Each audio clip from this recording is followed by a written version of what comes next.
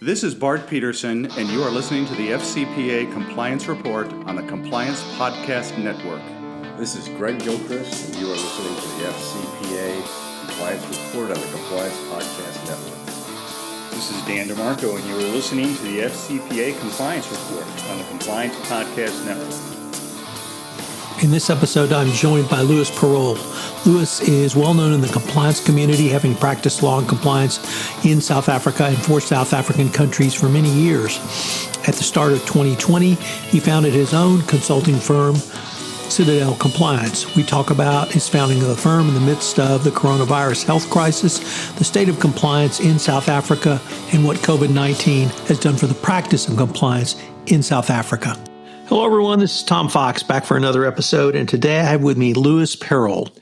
Louis has been in the compliance field for many years. If you have been to an SCCE conference or attended both in the United States or Europe or other events, you've probably come across him. He's a well-known speaker and contributor, a longtime member of our community, and he made the bodacious step earlier this year to start his own consulting company, perhaps not anticipating COVID-19 and the coronavirus. Nevertheless, a brave step. I've made that step. I understand what it means. So, Louis, first of all, thank you for taking the time to visit with us today. Thank you, Tom, for hosting me. And yes, nobody ever see COVID coming in 2020. It does have its downsides in terms of, businesses slowing down. But the good side and the upside of that is more people spending time on social media, and that gave me exposure. So when I started my consulting practice, I was laid up from an accident, and the only time I left the house was to go to physical therapy. So I have some appreciation of that. But the other thing that strikes me is our audience may have noticed that you sound like you're from East Houston as opposed to me. I'm from West Houston. So could you tell the audience where you're talking to us from today? Yes, I'm from very, very, very far east Houston in South Africa, Pretoria, the capital. Based here, born and bred here, and that's where I'm from. So as I mentioned, you started your own consulting company, Citadel Compliance, but I was wondering if you could give our audience just a taste of your professional background and what led you up to founding Citadel. I was quite very fortunate to have a quite interesting and challenging career in compliance, working for various multinationals starting way back in 2000. Prior to that, I was in private practice, practicing as a lawyer. But it was in the financial sector where my compliance career started while I was working for Absa Bank, where I held various compliance roles during the 10 years in banking. But the role that I enjoyed most when I was a compliance was when I was a compliance officer for the ABSA's Africa division. In 2002, ABSA decided to start expanding into the Southern African environment, and I had the opportunity to start implementing compliance programs in Tanzania and Mozambique and Angola. This was by no means an easy task, but a very exciting one. When I reflect on my career those days that I spent in sub-Saharan Africa, implementing compliance programs in different environments and difficult situations is probably some of my most fond memories. I also met some of the most interesting and some of the very most difficult people through those endeavors. Which taught me quite a lot about human beings, what makes them tick, and how to get to influence them and obtain their cooperation as you continue with compliance initiatives. But what I actually learned during that time is to start listening to people and start trying to project your own opinions. I was fairly young still at that time. And to listen properly is an essential skill being in compliance, though. Also, while I was at the banking environment, I was sent on a 2-year secondment project to Barclays Bank in the Seychelles, which is probably one of the most beautiful islands on the planet. For the 2 years in the Seychelles, I was the head of compliance and head of legal, and on weekends I was an active scuba diver, which was beautiful there. Just after the banking environment, I moved to a company called Sasol. It's a South African-based oil and gas company that operates globally in probably more than 30 countries. At the time, I was tasked together with two amazing colleagues to design and implement the compliance program from scratch. Nothing existed at the time except a antitrust type of program. I was responsible at the time to implement the compliance program, for all the businesses outside of the Republic of South Africa. This is probably the most fun I ever had in compliance, being able to design and implement a compliance program in a large organization over multiple contents and different cultures, where that was a foreign concept at the time for the organization. This is also when I got involved in the Society of Corporate Compliance and Ethics, as I felt the need for exposure to global practices being isolated in South Africa at the time. And due to the huge footprint of SASL, I had to create regional hubs in Houston, Texas, where you're from, was one. I had a hub in Germany and Hamburg, and in Singapore, where I recruited local compliance resources to assist me with the rollout and implementation of the compliance program. It was an amazing experience, traveling the world and being able to learn different things from different people around compliance and the regulatory environment. Then subsequent to the oil and gas business, I made a bold move to join a company called Massmart, which is the South African or African division of Walmart. I joined them in 2014, just as Walmart started to build their international compliance program as a result of the Mexico allegations. I assisted the CCO to implement the Walmart compliance program for Africa in various areas of compliance, including the AML and sanctions program, antitrust, trade compliance, privacy law, labor employment, and one of the more challenging areas, license and permits, that deals with anti-corruption. And subsequent to that, I joined an amazing company called Jabil Incorporated. It's a JSE-listed manufacturing solutions provider that delivers comprehensive design, manufacturing, supply chain, product management services to various customers across the globe. I was appointed at the time as the Global Compliance Counsel for Africa, Middle East, and India. And during my time at Jabil, I had the privilege to work for two great individual leaders, Odell Guyton, he was the former CCO for Microsoft, and then also Sherry Williams, who was the former CCO for Halliburton. Under their guidance, I grew quite a lot as an individual and as a compliance professional, and learned the finer dynamics of compliance programs from a U.S. regulatory perspective, and as well as investigations. And then during the end of 2019, Jabil decided to divest from Africa due to various issues and business issues that came up. And then with me located in South Africa, I decided that it's time to start doing something different. That's why I started my own compliance consulting business, and that was the birth of Citadel Compliance in the end of 2019, beginning of 2020, together with COVID. Well, as I said, I was actually laid up from a bicycle Hummer event where I was the bicycle. So you can certainly start a worldwide compliance practice by never leaving your house. So there is one role model for you. But I was wondering if you might be able to help us with understanding the current state of anti-corruption compliance in South Africa. On the one hand, people like myself in the energy industry have worked with or know of SASL over the years, and we found it to be robust in terms of its compliance and rigorous in terms of dealing with, I was at Halliburton, for instance, dealing with counterparties and discussions around that, even in the contracting process. If we maybe can contrast with some of the political events in South Africa, and particularly around the Gupta family and all of that. And I was wondering if you could maybe help us understand, is it a middle ground? Is one right and one wrong? Or is it just sort of industry by industry or even company by company analysis you have to make? So South Africa is quite a unique environment, with many different cultures, large income disbalances, and other social problems, which makes anti-corruption a real challenge in South Africa and managing it from a compliance perspective. If I look at the former president, he also didn't do the country any good by, especially including the Gupta brothers and allowing them to capture the state and have various influence on state-owned enterprises that at that time was riddled with corruption and maladministration. It's not an inherent thing in South Africa. I think it's something that gradually came over time during the 10 years of the previous president in power. From a South African national's perspective, there are many people in this country, many organizations in this country that always wants to do the right thing. It's not always easy to do that. The current president, President Cyril Ramaphosa, said during his State of the Nation address that he will be launching a national anti-corruption strategy in 2020. Unfortunately for COVID, it's a little bit delayed. But it will be a task team effort composed of government and civil society.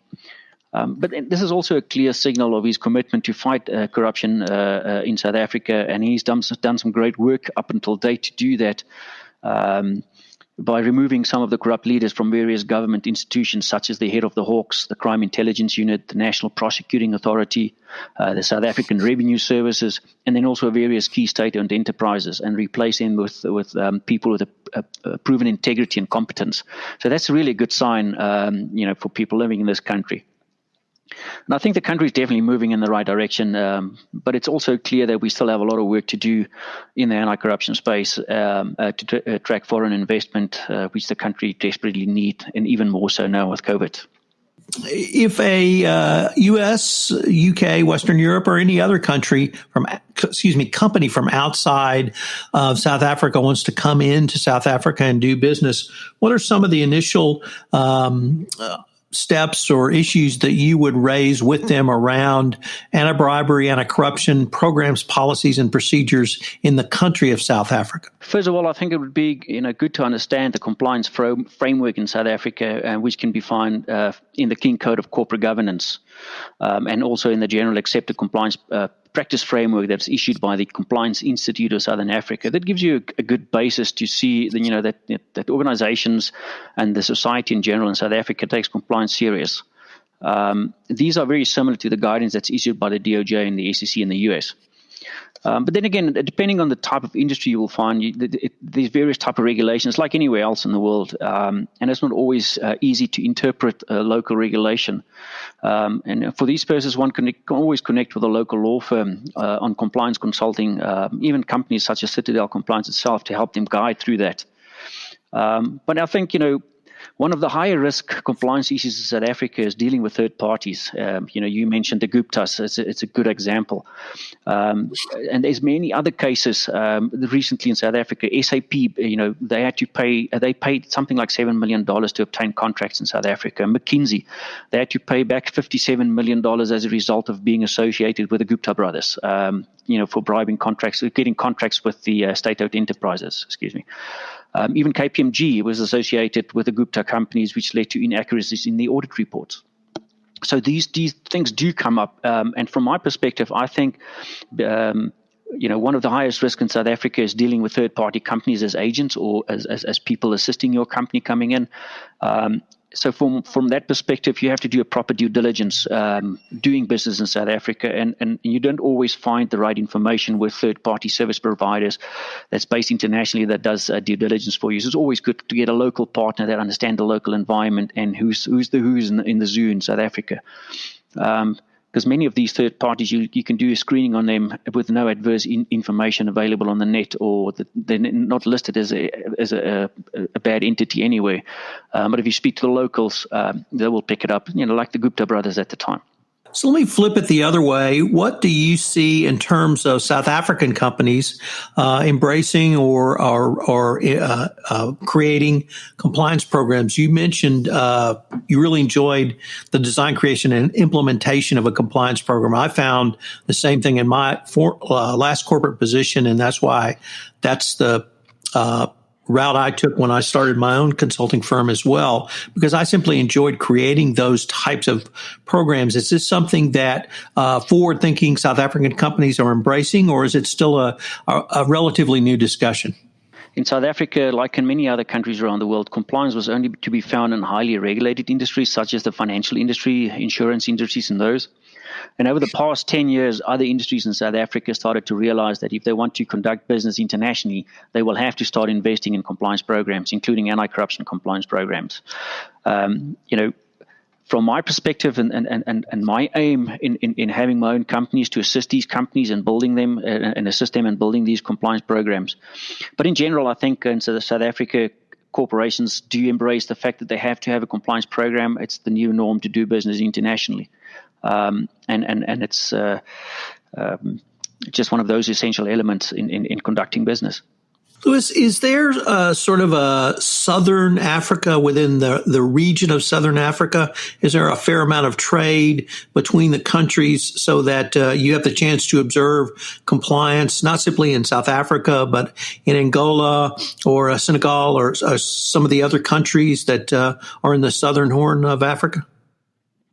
Yes, there's quite a large number of trade between the SADC countries, Southern African Development countries, and they do collaborate quite on a bit, especially from a regulatory perspective. The regulators do get together and talk a lot about the legislation and the regulations, and you'll find, if you look at antitrust, there's a lot of similarities, anti-money laundering, anti-corruption and bribery. So there's a lot of similarities between the different regulators as well in Southern Africa. We have mentioned in this podcast several times the coronavirus health crisis. What has that done for not only compliance in South Africa, but perhaps even Citadel Compliance in South Africa? Has it made the actual doing of compliance more challenging, or are you able to design, create, and implement compliance programs at this point in time? I think, for corporations that have compliance programs in place, it makes it a little bit more difficult because all of a sudden everything is remote. You have to operate as a compliance function remote. That means you're not on the face of the people anymore. They don't see you. And it's like anything. If you don't advertise and market it, that people forget about it. But from Citadel Compliance perspective, I think there's a lot of more exposure because, as I mentioned earlier, that people go, they're on social media, they start, seeing posts that's been done by Citadel Compliance and myself. I'm currently involved in a project with a local bank as well, reviewing a compliance program that they recently implemented, which is great about this current situation. Everything can be done remotely. It's not impossible. So this entire evaluation of a compliance program that I will be involved in the next couple of months is doing it remotely, reviewing documentation, interviewing people, and drafting reports, and everything's going to be done remote. You have sat in the CCO chair, so you understand what it means to be a chief compliance officer. Do you find this at this point in time when we're limited to either remote interviews or working from home in that situation, do you find this will be something that will benefit compliance when we eventually reopen for business across the globe and come out of COVID-19? In the past, when finances wasn't an issue, people will easily get on a plane, not necessarily always the right thing to do, though. With new ways of doing business, I think a lot of more people will start doing things remotely. They will save a lot more budget and spend the budget on other things that's more appropriate from a compliance program perspective. But then again, if you look at compliance as well, you have to be in the face of people. Certain things you can do remotely, but when you start teaching and educating people, face to face is always first prize. When you sit in business meetings and you have to elevate the level of compliance, and you need to make sure that people understand compliance risk in any new venture or current deals that they're busy with, there's nothing better than face to face. But I think quite a bit of that is going to change and move to virtual via video calling and those type of things. Louis, do you see the regulators in South Africa moving the compliance ball forward by moving to more enforcement of anti-corruption compliance laws? Where do you see sort of that part of compliance, the regulatory part? Yes, I do see them moving that forward. As I mentioned earlier as well, that the President Ramaphosa is implementing a new anti-corruption strategy. He's replaced the head of the intelligence unit and as well as the Hawks and the National Prosecuting Authorities. There's a lot more focus on prosecuting anti-corruption. If you look at South Africa and the state of the economy, we can't afford to lose more money in this country on issues such as corruption. Yes, and even now with COVID being present, there's a lot more focus on enforcing the laws, especially from an anti-corruption perspective, because I foresee that from a public procurement perspective, there's going to be quite a couple of issues coming in, and people trying to take advantage of all the stimulus packages that's around. Louis, unfortunately, we are near the end of our time, but I was wondering if our listeners were interested in finding out more about yourself or Citadel Compliance and the services that you offer. How could they do so? I've got a website. It's www.citadelcompliance.co.za, or you can find me on LinkedIn under Louis Perold.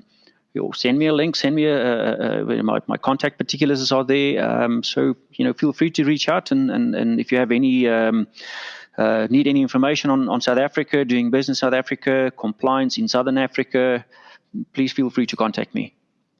So this has been a fascinating exploration of both where you are today, but also where perhaps anti-corruption compliance is in South Africa. I hope that I can call upon you again to visit with us and let us know about upcoming developments in South Africa.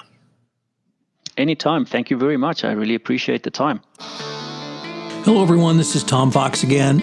I'd like to thank you for listening to this episode of the FCPA Compliance Report. I hope you'll join me again next week where I take a look at an issue related to the FCPA, compliance and ethics.